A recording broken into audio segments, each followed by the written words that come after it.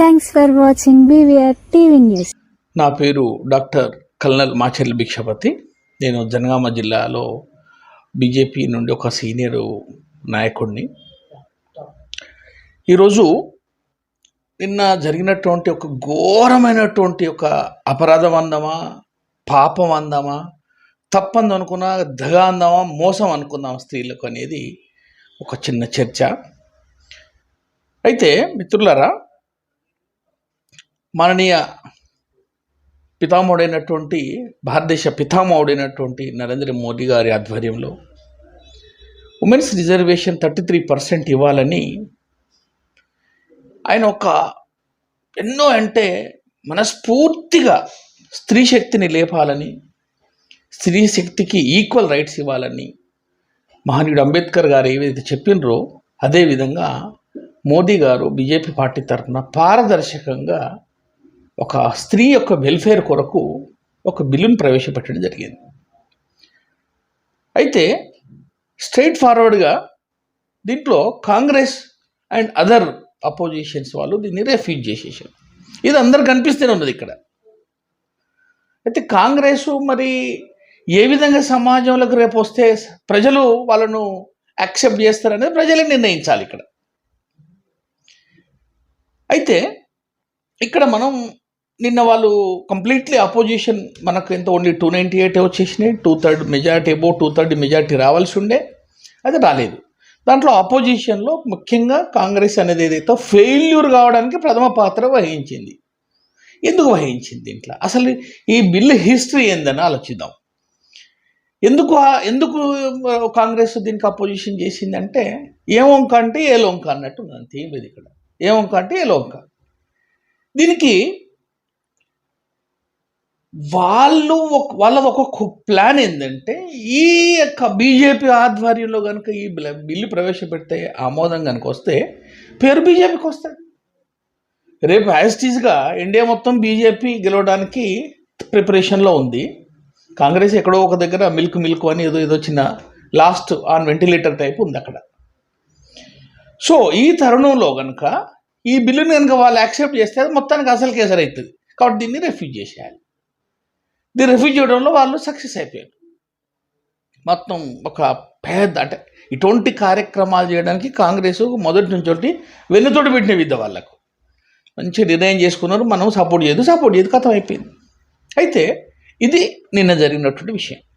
వాళ్ళు ఏం పాయింట్ తీసారంటే వాళ్ళ దగ్గర అసలు వాస్తవంగా there was no points actually. Point ఏమంటారంటే, ఇది మనకు డీలిమిటేషన్ అనేది దీంట్లో యాడ్ చేయాల్సి ఉండే కాదు. అరే డీలిమిటేషన్ యాడ్ చేయాలి, ఇదే అక్కడ పెద్ద పాయింట్ అయితే పేపర్లో వచ్చింది ఇదే కదా. మనం డీలిమిటేషన్ దీంట్లో సెన్సెస్ ప్రకారం చేసుకోవాలి, డీలిమిటేషన్ లేకుండా అనేది. అయితే ఆశ్చర్యపోయే విషయం చెప్తున్నాం మనందరికీ. ఆర్టికల్ 368 ప్రకారం దేనికైనా ఒక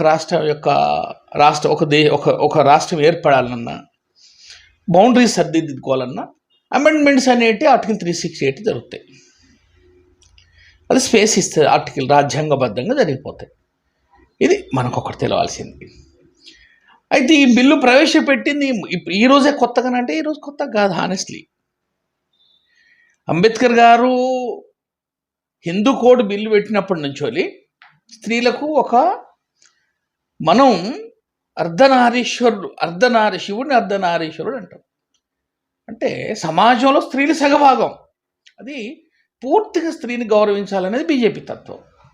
సో ఆ రోజు అంబేద్కర్ గారు కూడా స్త్రీకి మనం మంచి ఆమెకు ఉన్నటువంటి ఆస్తి హక్కులు కావచ్చు, పలు విషయాలను అప్పుడు హిందూ కోడ్ బిల్ల అప్పుడు అది స్ట్రైట్ ఫార్వర్డ్గా రెఫ్యూజ్ అయిపోయింది. అది మనం జెనసిస్ అనుకోవచ్చు వాస్తవంగా చెప్పాలంటే. తర్వాత దీన్ని మొట్టమొదలు ప్రవేశపెట్టింది మనకి ఎక్కడంటే, మనకు దేవగౌడ గారి యొక్క గవర్నమెంట్లో లా మినిస్టర్ రమాకాంత్ గారి ఆధ్వర్యంలో 1996లో ఇది స్టార్ట్ అయింది. అప్పుడు ఆశ్చర్యపోయే విషయం, అప్పుడు ఇది నో అన్నారు. అప్పుడు ఇది అసలు విషయం మనం అర్థం చేసుకోవాల్సింది. తర్వాత 98లో ప్రవేశపెట్టారు, 2000లో, 2002లో, ఈ విధంగా 2010లో ఒక మేజర్ సెట్ బ్యాక్ వచ్చేసింది. తర్వాత 2023లో సో ఈ విధంగా పలుమార్లు దీన్ని ప్రవేశపెట్టడం జరిగింది.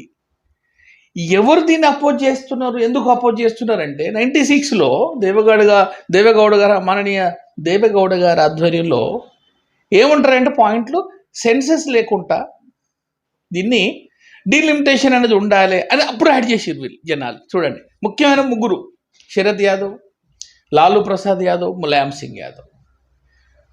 ఎంతవరకు వచ్చిందంటే పార్లమెంట్లో పేపర్లు గుంజుకొని ఇసిరేయడం జరిగింది ఈ బిల్లుకు. చూడండి, ఇక్కడ గమనించండి. అప్పుడు బీజేపీ సపోర్టివ్గా ఉండే, ప్రవేశపెట్టమని ఉండే, కానీ ఇది వీళ్ళు మళ్ళీ ఈ ముఖ్యమైన వాళ్ళు ఎవరైతే ఉన్నారో అవి అక్కడి నుండి స్టార్ట్ అయింది. ఇక్కడ అప్పుడు సెన్సెస్ కావాలన్నారు, సెన్సెస్ పారదర్శకం చేసేసుకొని తర్వాత మనకు డీలిమిటేషన్ ప్రక్రియ ఉండాలని అక్కడి నుంచి స్టార్ట్ అయింది. అసలు ఈరోజు సెన్సెస్ అయిపోయింది, డీలిమిటేషన్ యాడ్ అయిపోయింది, తర్వాత ఉమెన్స్ బిల్. మరి ఇప్పుడేం ప్రాబ్లం మళ్ళీ అడ్డుపోతారు. ఏమని పడుతుంది, దీంట్లో డీలిమిటేషన్ ఉండొద్దు, కాకుండా ఉండే డీలిమిటేషన్ లేకుండా ఓన్లీ ఉమెన్స్ బిల్ అయితే ఇది అంటే కాలువ పెడితే మెడకు పెట్టుడు, మెడకు పెడితే కాలువ పెట్టుడు. వాస్తవం ఏంటంటే ఇక్కడ నాకు అనిపిస్తుంది ప్రజలు దీనికి బాధ్యులు. అసలు వాస్తవం చెప్పాలంటే కాంగ్రెస్ ఎట్లాగూ బాధ్యుడు అయినప్పటికీ ప్రజలు బాధ్యులు. ఎందుకు? ప్రజలు ఎప్పుడూ కన్ఫ్యూజన్ స్టేట్లో ఉంటారు.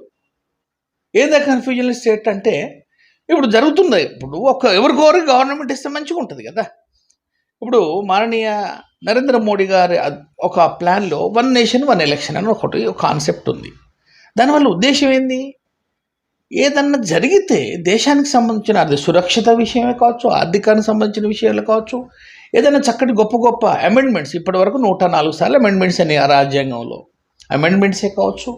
ఎస్, మాననీయ అంబేద్కర్ గారు he gave a space to amendments in constitution. ఆయన ఫైనల్ అయిన మహనీయుడు ఎప్పుడనిలే. దీంట్లో ప్లస్ మైనస్ అడిషన్స్ డిలీషన్స్ జరుగుతుంటాయి అనేది స్పేస్ ఇచ్చేసిండు. So 368 article says that.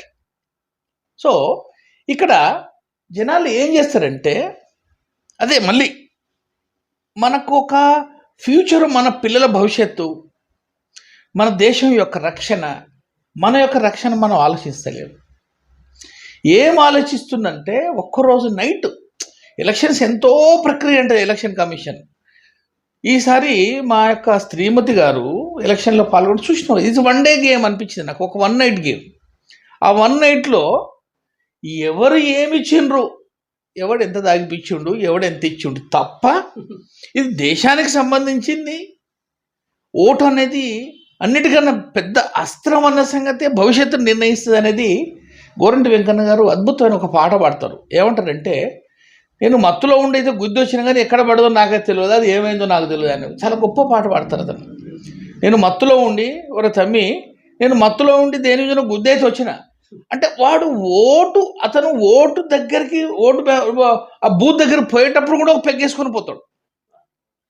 నువ్వు ఇంత దారుణమైన పాపాలు చేసి ఓటర్స్ ఎవరైనా నన్ను క్రిటిసైజ్ చేసినా నాకు అభ్యంతరం లేదు. నేను హక్కుతో మాట్లాడుతున్నా, ప్రత్యక్షంగా చూసి మాట్లాడుతున్నా, ప్రత్యక్షంగా పాల్గొని మా వైఫ్ ప్రత్యక్షంగా పాల్గొన్న తర్వాత మాట్లాడుతున్నాం. వీళ్ళకు ఎజెండా లేదు, ఒక ఆశయం లేదు, ఒక విజన్ లేదు. So called intellectuals they never participate in elections. మంచిగా క్రికెట్ చూసుకుంటున్నాం, లేకపోతే ఆ రోజు వెకేషన్ దొరికిందని సెలబ్రేషన్ చేసుకుంటాం. కానీ మరి ఈరోజు ప్రపంచవ్యాప్తంగా there is a global uncertainty. Europe versus మనకు యూరోప్లో యుద్ధాలు ఉన్నాయి. US versus Iran versus Israel, Russia versus Ukraine, మొన్నటి వెనిజులా. మరి ఇవన్నిటికీ ఎక్కడైనా ఒక స్టేబుల్ గవర్నమెంట్ ఉంటే దేశం యొక్క రక్షణ బాగుంటుంది. స్టేబుల్ గవర్నమెంట్ వస్తే ఓ చక్కటి పాలసీస్ తీసుకొస్తారు. ఈరోజు స్త్రీకి 33% రిజర్వేటివ్లో నీకు వచ్చిన ప్రాబ్లం ఏంది? కాంగ్రెస్ నాయకులు మీరు విమర్శ చేసుకోండి. దేవేగౌడ గారి టైంలో సెన్సెస్ కావాలన్నారు, డీలిమిటేషన్ యాడ్ చేయాలన్నారు. ఇప్పుడు 2 పట్టుకొని పోతే మళ్ళీ డీలిమిటేషన్ ఎందుకు పట్టుకొస్తున్నారు అంటున్నారు. So straight forward. ఎస్, దీంట్లో ఫెయిల్యూర్ కావడానికి 200% దీంట్లో సీనియర్ నాయకులు ఎవరైతే సోకాల్డ్ ఈ సమాజం కొరకు సేవ చేసేటువంటి కాంగ్రెస్ నాయకులే కావచ్చు, ఎవరైతే అపోజిట్ చేసిండ్రో స్త్రీకి గౌరవం ఇవ్వడంలో వాళ్ళ ఉద్దేశం ఒకటే. అలా పోతే 33% స్త్రీలు ఉంటే మన ఇంబ్యాలెన్సెస్ వస్తాయి అనేది ఒక పైశాచిక ఆలోచన, అది ఒక బ్యాడ్ థాట్ ప్రాసెస్. మీరు గమనించండి, ఎక్కడైతే స్త్రీలు పాలిస్తున్నారో అక్కడ చక్కటి పాలన ఉన్నది. ఏ ప్రిన్సిపలే కావచ్చు, హెడ్ మాస్టరే కావచ్చు, ఒక పొలిటీషియనే కావచ్చు, ఒక ఎకనామిస్టే కావచ్చు, even might be scientist also. ఎక్కడ ఏ ఇన్స్టిట్యూషన్ అయినా స్త్రీ పాలించిన దగ్గర errors are very low. So మనం ఇంకోటి, మన సనాతన ధర్మంలో స్త్రీకి మనం చాలా గొప్ప వాల్యూ ఇచ్చినాం, చాలా అంటే చాలా గొప్ప వాల్యూస్ ఇచ్చినాం. ఈరోజు భారతీయ జనతా పార్టీ మనసా వాచ కర్మ అదే దారిలో వెళ్తుంది. సో దీనికి అడ్డదారిలో దీన్ని పుల్లేసింది ఈరోజు కాంగ్రెస్. ఈ పాపం కేవలం కాంగ్రెస్ది. ఇంకెవరిదైనా పాపం ఉంటే అది ప్రజలదే. ఎందుకంటే నువ్వు కంప్లీట్ గవర్నమెంట్ మెజారిటీ అనేది ఎవరికో ఇస్తే, బీజేపీకి ఇస్తే సమస్య ఉండేది కాదు కదా. బీజేపీకి ఇస్తే బీజేపీ ఉద్దేశంతో Congress never this thing, United front was not belongs to this thing Congress. అది అలయన్స్, అంతా కోalition అదంతా. సో మై డియర్ ఫ్రెండ్స్, ఇక్కడ 2 టేక్ మెసేజెస్. ఒకటి, ఇది విఫలం కావడానికి బీజేపీ యొక్క గొప్ప ఆశయానికి విఘాతం కలిగించింది. స్త్రీకి పెద్ద పీటేయాలనుకున్నటువంటి మహత్వ ఒక ఆలోచన బీజేపీ కొరకు, దీన్ని కంప్లీట్ పుల్లేసిన పాపం కేవలం కాంగ్రెస్కు. రెండోది, ఎవరైనా పాపం ఉంటే అది ప్రజలది. కనుక రాబోయే ఏ ఎలక్షన్ అయినా కావచ్చు, అది వాట్ ఎవర్ ద ఎలక్షన్, ఎక్కడో ఒక థాట్ ప్రాసెస్ మంచి చేసుకున్న ప్రజలకు, మహనీయులు ఓటర్ మహాశయులకు నా యొక్క ప్రార్థన, భవిష్యత్తు నువ్వే నేను బతికితే సరిపోదు, తర్వాత మన భావితరాలు ఉంటుంది. కనుక ఎవరికో ఒకరికి మంచి మెజారిటీ ఇవ్వండి. అటు ఇటు కాకుండా మెజారిటీ ఇస్తే ఇది జరిగేది. సో అందుకని we hope in near future మళ్ళీ ఒకసారి దీనికి మళ్ళీ అమెండ్మెంట్స్ తోటి, కరెక్షన్స్ తోటి, నాకు తెలిసినంత వరకు అయితే బై నేచర్ నువ్వు మోడీ గారి యొక్క మనసులోకి వచ్చిన తర్వాత, మాననీయ అమిత్ షా గారి మనసులోకి వచ్చిన తర్వాత, అది నాకు తెలిసినంత వరకు వాళ్ళు అడుగు వెనుకకేయరు. ఎందుకు, వాళ్ళ దేశం యొక్క భలా గురించి, స్త్రీ యొక్క భలా గురించి ఆలోచించే వ్యక్తులు కాబట్టి నియర్ ఫ్యూచర్ ఇది బీజేపీ ఆధ్వర్యంలో సాధ్యమవుతుందని ఆలోచన. Thank you. జై శ్రీరామ్. నేను కీర్తి నరసయ్య. ఆర్ఎస్ఎస్ భావజాలాలతోటి జనసంఘ్ నుండి, భారతీయ జనతా పార్టీ ఆవిర్భావం నుండి నేటి వరకు ఇదే పార్టీలో ఒక క్రమశిక్షణాబద్ధమైన,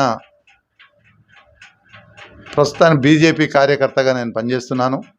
గత 40 సంవత్సరాల నుండి ఏ అవకాశాలు వచ్చినా, ఎందరెన్ని తాయిలాలు ఇచ్చినా, ఏ రకమైన పార్టీలు నా క్రమశిక్షణ చూసో నన్ను చూసో వచ్చినా ఎక్కడ ఎలాంటి మార్పు లేకుండా బీజేపీలనే కొనసాగుదామనుకుంటున్నాం.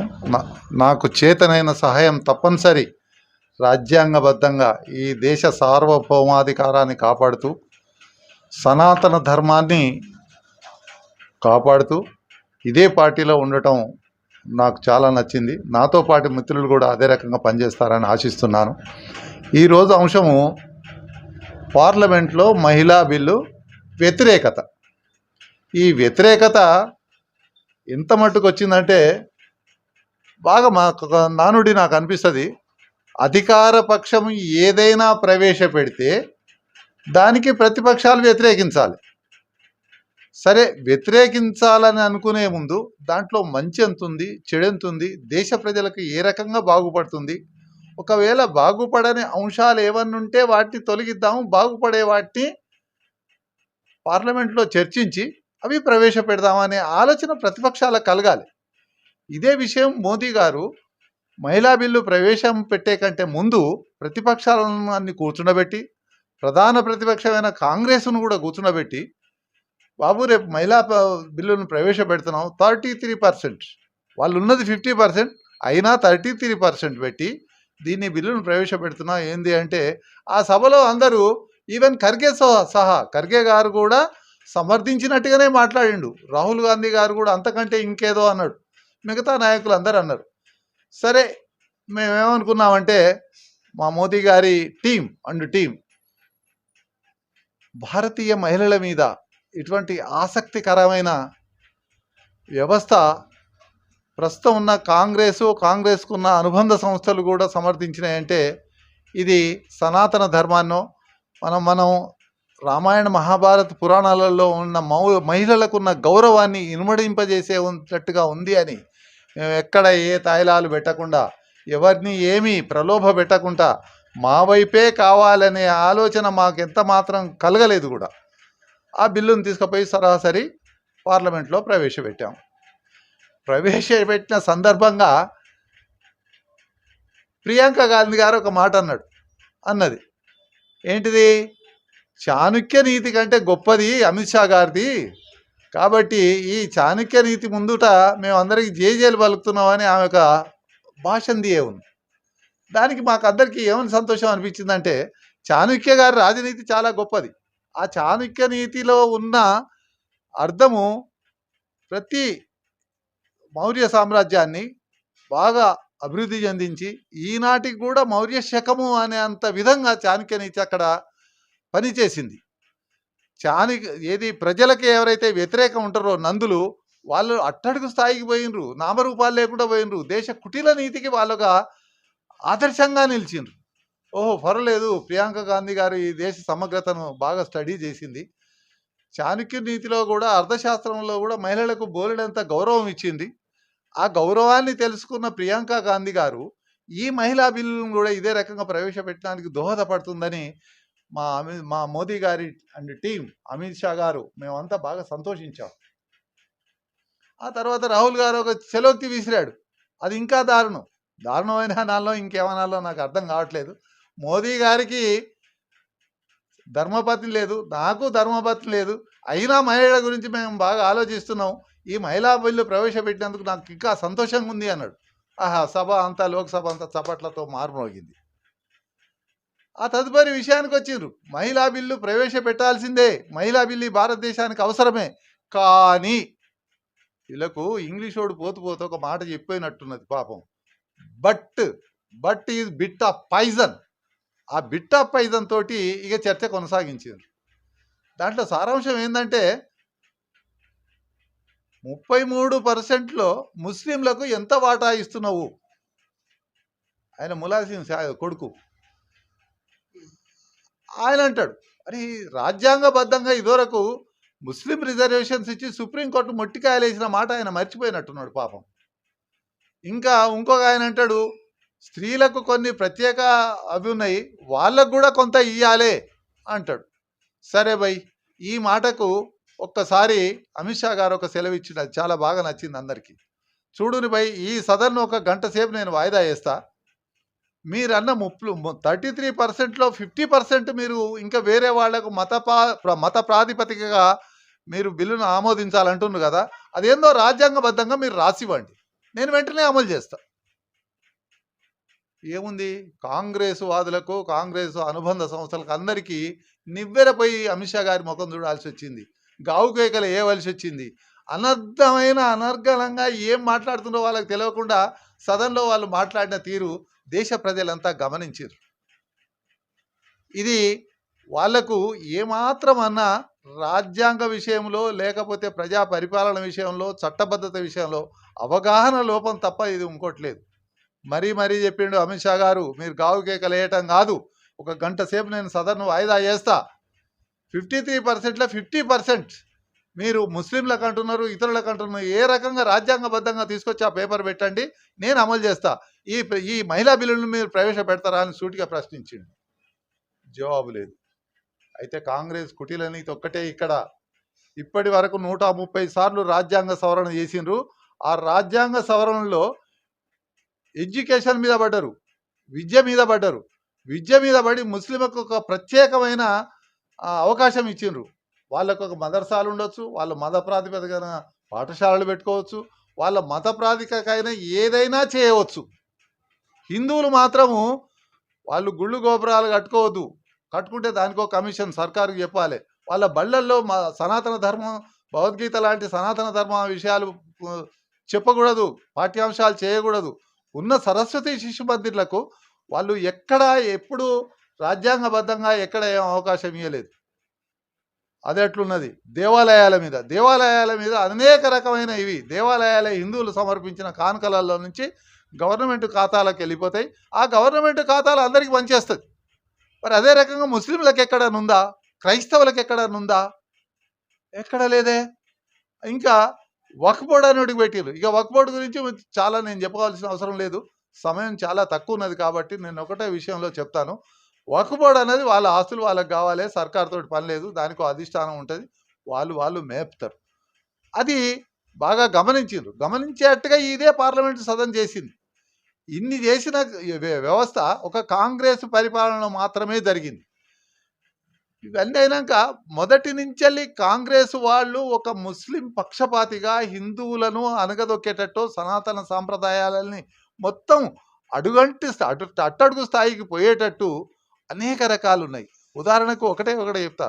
స్వాతంత్రం వచ్చిన తొలి రోజుల్లో ఒక ముస్లిం నాయకుడు విద్యాశాఖ మంత్రి. అప్పటి నుంచి మొదలైంది ఈ దేశానికి అరిష్టం. తర్వాత ఎన్నో రకాల తిప్పాలని చూశారు, కానీ తిరగలేదు. ఆ చరిత్ర తిరగబడి రాయలేదు. ఇట్లా చెప్పుకుంటూ పోతే అనేక ఉన్నాయి. కాంగ్రెస్ వాదులు ఈ భారతదేశ ఔన్నత్యాన్ని, భారతదేశ సనాతన ధర్మాన్ని ఎప్పుడూ గౌరవించలేదు, ఇప్పుడు కూడా గౌరవించరు. ఇక ముస్లిం ఈ ప్రవేశ బిల్లు మహిళా బిల్లు ప్రవేశ విషయానికి వస్తే వాళ్ళు ఒకటే మాట, మోదీ గవర్నమెంట్ గారు ఈ మహిళా బిల్లును ప్రవేశపెడితే భారతీయ మహిళామణులకు మొత్తం సాధికారత, చట్టసభలలో అధికారం ఇస్తే మేము ఎక్కడ డీఫ్రేమ్ అయిపోతామని వాళ్ళు భయం పట్టుకున్నది. ఆ భయాన్ని తొలగించుకోవడానికి సూటిగా చెప్పలేక ఈ మహిళా బిల్లు ఇతర రిజర్వేషన్ ఇస్తే ఇస్తాం, లేకపోతే లేదు. దానికి కూడా సరైన సమాధానం లేదు. ఇవి మీకు ఎంతసేపు మహిళా బిల్లు కావాలని అంటారు, దాంట్లో లోపాలు ఏమన్నట్టు చెప్పండి, అది చేత కాదు. నమస్కారం, నేను మీ doctor Lakavath Lakshminarayana Naik, TPCC member, Jangaon district. ఈరోజు దేశం మొత్తంలో ఒక ముఖ్యమైన చర్చ నడుస్తూ ఉన్నది. అది నిన్న పార్లమెంటులో మహిళా బిల్లు గురించి ఏదైతే పార్లమెంటు తీర్పిచ్చిందో దాని గురించి చర్చ నడుస్తూ ఉన్నది. కొంతమంది కాంగ్రెస్ను బ్లేమ్ చేయడం, ఈ బిల్లు వీగిపోయిందని చెప్పేసి, కొంతమంది ప్రజలు బీజేపీ తప్పుదో పట్టించింది పార్లమెంటును ప్రజలని చెప్పేసి కొంతమంది అనడం. ఇది మనము ఈరోజు అన్ని టీవీ ఛానళ్లలో, న్యూస్ పేపర్లలో, అన్నిట్లలో చాలా స్పష్టంగా వింటూ ఉన్నాం. అయితే దీని గురించి ప్రజలు, ముఖ్యంగా తెలంగాణ ప్రజలు, తెలుగు బిడ్డలు తెలుసుకోవాల్సిన అంశాలు కొన్ని ఉన్నాయి. 2023 సెప్టెంబర్లో మహిళా బిల్లు అంటే 33% మహిళలకు చట్టసభల్లో, అంటే అటు పార్లమెంటులో కావచ్చు, ఇటు అసెంబ్లీలో కావచ్చు, రిజర్వేషన్ ఇవ్వాలని చెప్పేసి పార్లమెంట్లో ఇదే మోడీ ప్రభుత్వం ప్రవేశపెడితే, ఆ రోజు రాహుల్ గాంధీ నాయకత్వంలోని కాంగ్రెస్ పార్టీ కానీ, ప్రతిపక్షాలు కానీ దీనికి ఏకపక్షంగా కూడా ఈ బిల్లు పాస్ కావాలి, మహిళలకు 33% రిజర్వేషన్ ఇవ్వాలని చెప్పేసి ఆ రోజే పార్లమెంట్లో ఒక తీర్పు ఇచ్చేసారు. ఆ బిల్లు దానికి ఇంప్లిమెంట్ చేయడం ఒకటే ఈరోజు మిగిలి ఉన్నది. అయితే ఇంప్లిమెంట్ చేయడానికి విధి విధానాలు ప్రకటించకుండా దీనికి డీలిమిటేషన్కు లింక్ పెడుతూ ఇప్పుడు నిన్న అంటే 5 రాష్ట్రాల్లో ఎన్నికలు జరుగుతూ ఉన్నాయి. అటు కేరళ, తమిళనాడు, పశ్చిమ బెంగాల్, అస్సాం, అలాగే పాండిచ్చేరి, ఈ రాష్ట్రాల్లో ఎన్నికలు జరుగుతున్న సందర్భంలో ఇంకా ఓటింగ్ ప్రక్రియ కంప్లీట్ కాని సందర్భంలో మోడీ గారు ఈ బిల్లుని ఎందుకు ప్రవేశపెట్టారు అని చెప్పేసి అందరూ, దేశ ప్రజలందరూ కూడా అర్థం చేసుకోవాల్సిన అవసరం ఉన్నది. మొసలి కన్నీరు కార్చే మోడీ గారు, వారికి తమిళనాడులో కావచ్చు, కేరళలో కావచ్చు, పశ్చిమ బెంగాల్లో కావచ్చు, పాండిచ్చేరిలో కావచ్చు, అలాగే అస్సాంలో కావచ్చు, గత 10 సంవత్సరాలుగా అంటే ఇప్పటికీ 12 సంవత్సరాలుగా ఈ రాష్ట్రాలకు వాళ్ళ పార్టీ అధికారంలో లేనందువల్ల కనీస సహాయము, కనీస డెవలప్మెంట్ అంటే నామకే వాస్తే డెవలప్మెంట్ చేశారు. ఆ రాష్ట్రాల నుండి తీసుకునే ఆదాయం రూపాయి అయితే ఈయన చేసిన ఖర్చు చారణ. మరి ప్రజలకు ఏం చెప్పుకోవాలి, ఏమని చెప్పుకొని ఓట్లు అడగాలి అంటే కాంగ్రెస్ మీద, ప్రతిపక్షాల మీద అభాండం వేయాలి. అభాండం వేసేసి వీళ్ళు ఈ దేశానికి వ్యతిరేకులు, మహిళలకు వ్యతిరేకులు అని చెప్పేసి ప్రూవ్ చేయాలంటే ఈ టైంలో సాదాగా మహిళా బిల్లును ఇంప్లిమెంట్ చేయడం కోసం, డేట్ పెట్టడం కోసం చెప్పకుండా దానికేదో లింకు పెట్టాలి. లింకు పెడితే ఖచ్చితంగా 2/3 మెజారిటీ బీజేపీకి లేదు, పార్లమెంటులో ఈ బిల్లులకు మెజారిటీ లేదనే సంగతి మోడీ గారికి తెలిసిన తర్వాత కూడా మోడీ, అమిత్ షా ఇద్దరు మరి పార్లమెంటును, దేశ ప్రజలను, అలాగే ఎన్నికలు జరుగుతున్న రాష్ట్రాలను తప్పుదోవ పట్టించడానికి నిన్న ఆ బిల్లును ప్రవేశపెట్టారు. ముందు రోజే చెప్తా ఉంటారు మోడీ గారు, ఒకవేళ ఈ బిల్లు ఫెయిల్ అయిపోతే కాంగ్రెస్కే దెబ్బ తగులుతుంది అంటే ఆయనకు తెలుసు ఇది ఖచ్చితంగా ఫెయిల్ అయిపోతుంది, దీన్ని అడ్డం పెట్టుకొని కాంగ్రెస్కు దెబ్బ కొడదామని చెప్పేసి. ఇంకో మాట కూడా అంటారు, ఒకవేళ ఈ బిల్లు పాస్ అయిపోతే వీళ్లకు క్రెడిట్ నేనే ఇస్తాను అంటే క్రెడిట్ ఇవ్వడానికి మీరెవరండి మోడీ గారు? దేశ ప్రజలు ఇవ్వాల, 140 కోట్ల మంది ప్రజలు ఇవ్వాల. ఏ పార్టీకైనా, మీ పార్టీకైనా, కాంగ్రెస్ పార్టీకైనా, ఇంకో పార్టీకైనా క్రెడిట్ అనేది ప్రజలు ఇవ్వాలి. మీరేమైనా మహారాజు అనుకుంటున్నారా? సింహాసనంలో కూర్చుంటున్న రాజుగారు అనుకుంటున్నారా? క్రెడిట్ నేను ఇచ్చేస్తాను, నేను యాడ్ ఇస్తానని చెప్పేసి మీరు ఎంత పొగరుబోతూ, ఎంత అగౌరవపరిచే మాటలు నేను మాట్లాడిరు అనేది ప్రజలకు అర్థం కాలేదని చెప్పేసి అనుకుంటున్నారా మోడీ గారు?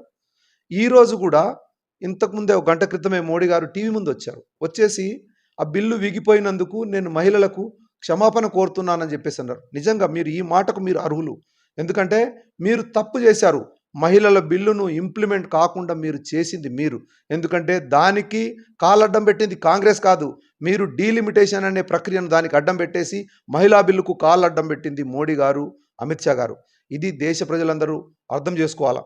ఈరోజు బీజేపీ అని జిందాబాద్ అని కొట్టే కొంతమంది నాయకులు, కొంతమంది కార్యకర్తలు కాంగ్రెస్ పార్టీని బ్లేమ్ చేద్దామని చెప్పేసి అనుకుంటున్నారు. కానీ మీ కుటిల నీతిని, మీ కుట్రను, మీ రాజకీయ కోణాన్ని దేశ ప్రజలందరూ కూడా ఈరోజు గమనిస్తూ ఉన్నారు. నా అంచనా ప్రకారము మీకు కొద్దిగా ఎక్కువ సీట్లు వచ్చే అవకాశం, మీరు గెలిచే ప్రసక్తి ఎక్కడ లేదు ఈ 5 రాష్ట్రాల్లో.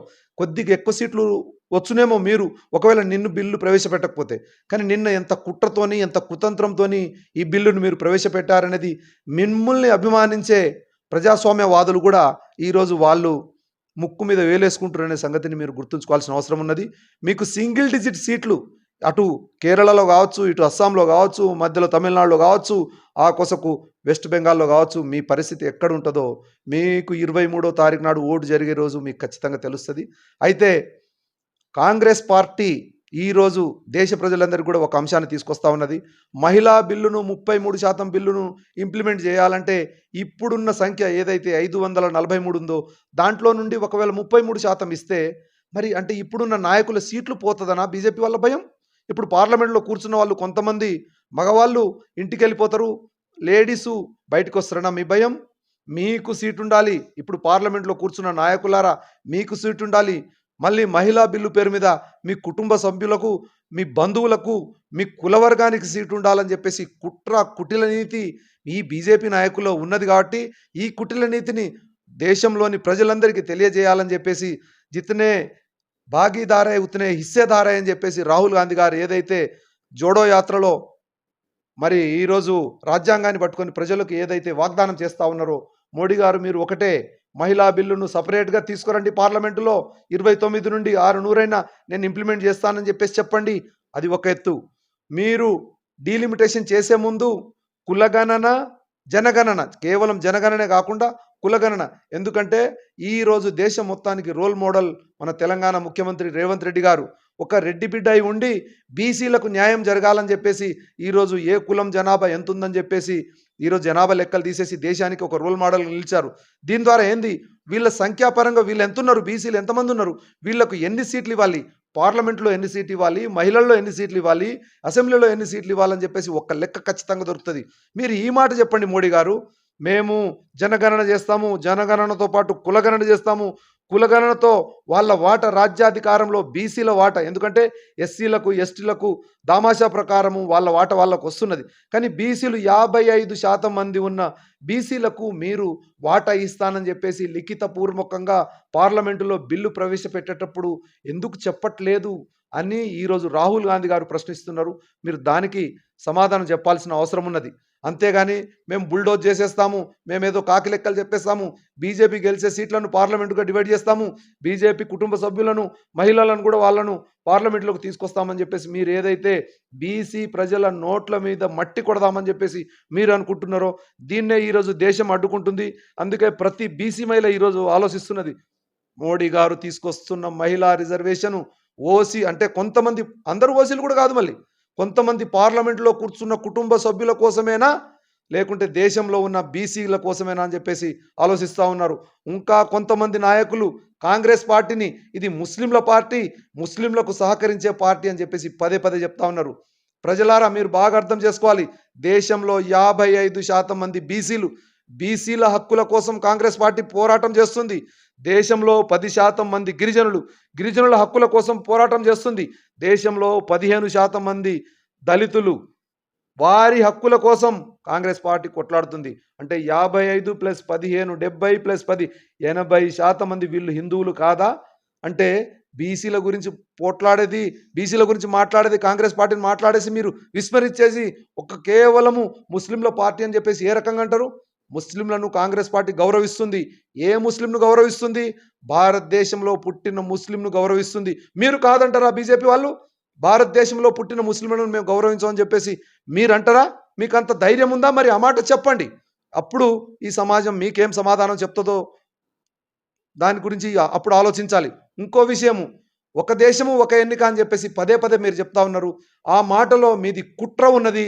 ఎందుకంటే ఒకసారి ఎన్నికలు జరిగేసిన తర్వాత మళ్ళీ దేశంలో 5 సంవత్సరాల వరకు ఏ ఒక్క సామాన్యుడు కూడా మీరు చేసే తప్పులను మాట్లాడొద్దు అని చెప్పేసి ఒక కుట్రతోని ముందుకు పోతున్నారు.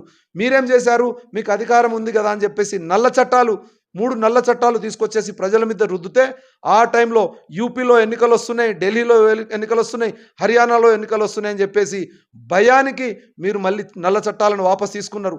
అంటే మీకు ఎన్నికలంటే భయం. కాబట్టి నీకే కాదు, పాలనలో ఉన్న ఏ పార్టీకైనా ఎన్నికలంటే ప్రజలంటే ఒక భక్తి, ఒక ప్రేమ, ఒక భయం అనేది ఉండాలి. లేకపోతే 5 సంవత్సరాలు మీరు రాజ్యాంగాన్ని కూడా మొత్తం మార్చేసే కుట్రలో ఉన్నారు. మోడీ గారు, అమిత్ షా గారు, బీజేపీ కార్యకర్తల నాయకులారా మీరు బాగా అర్థం చేసుకోండి. బీసీలు కూడా బీజేపీలో ఉన్నారు, ఎస్సీలు కూడా బీజేపీలో ఉన్నారు, ఎస్టీలు కూడా బీజేపీలో ఉన్నారు, కొంతమంది మైనారిటీలు కూడా బీజేపీలో ఉన్నారు. కానీ మోడీ గారు ఎవరిని తప్పుదోవ పట్టియాలని చెప్పేసి ఈ పార్లమెంటును, ఈ దేశాన్ని, ఈ ప్రజలను ఎవరిని తప్పుదోవ పట్టియాలని చెప్పేసి అనుకుంటారో అందరూ అర్థం చేసుకోవాలని చెప్పేసి కోరుతా ఉన్నాను. డీలిమిటేషన్కు శాస్త్రీయతతో పాటు కులగణన, జనగణన జరగాలి.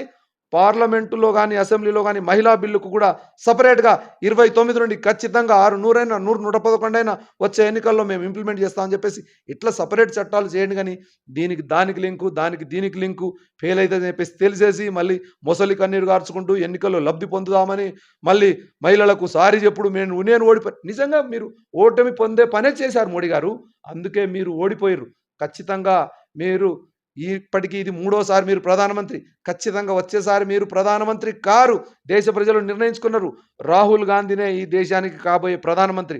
కాబట్టి మీరు ఈ చివరి అంకంలో అయినా ఖచ్చితంగా దేశానికి పనికొచ్చే ఏదైనా ఒక పని చేయండి. మోడీ గారు, మా ప్రధానమంత్రి గారు, మీరు అర్ధగంట సేపు ఇంతకుముందు మాట్లాడేసి దేశ ప్రజల అర్ధగంట టైంను, విలువైన టైంను నీ రాజకీయ ప్రచారం కోసం వాడుకున్నదని చెప్పేసి తెలియజేస్తా ఉన్నాను. ప్రజలారా దీని గురించి శాస్త్రీయంగా ఆలోచించండి. ఎవరి వాదనలో నిజముంది, ఎవరి వాదనలో నిజాయితీ ఉంది, ఎవరు బుల్డోజ్ చేయాలనుకుంటున్నారు, ఎవరి కుటుంబ సభ్యులకు పార్లమెంటులో సీట్లో కూర్చోబెడదామని చెప్పేసి కుతంత్రాలు చేస్తున్నారు, మీరందరూ ఆలోచించాలి. ముఖ్యంగా 55% ఉన్న ఈ బీసీ బిడ్డలు ఆలోచించాలి.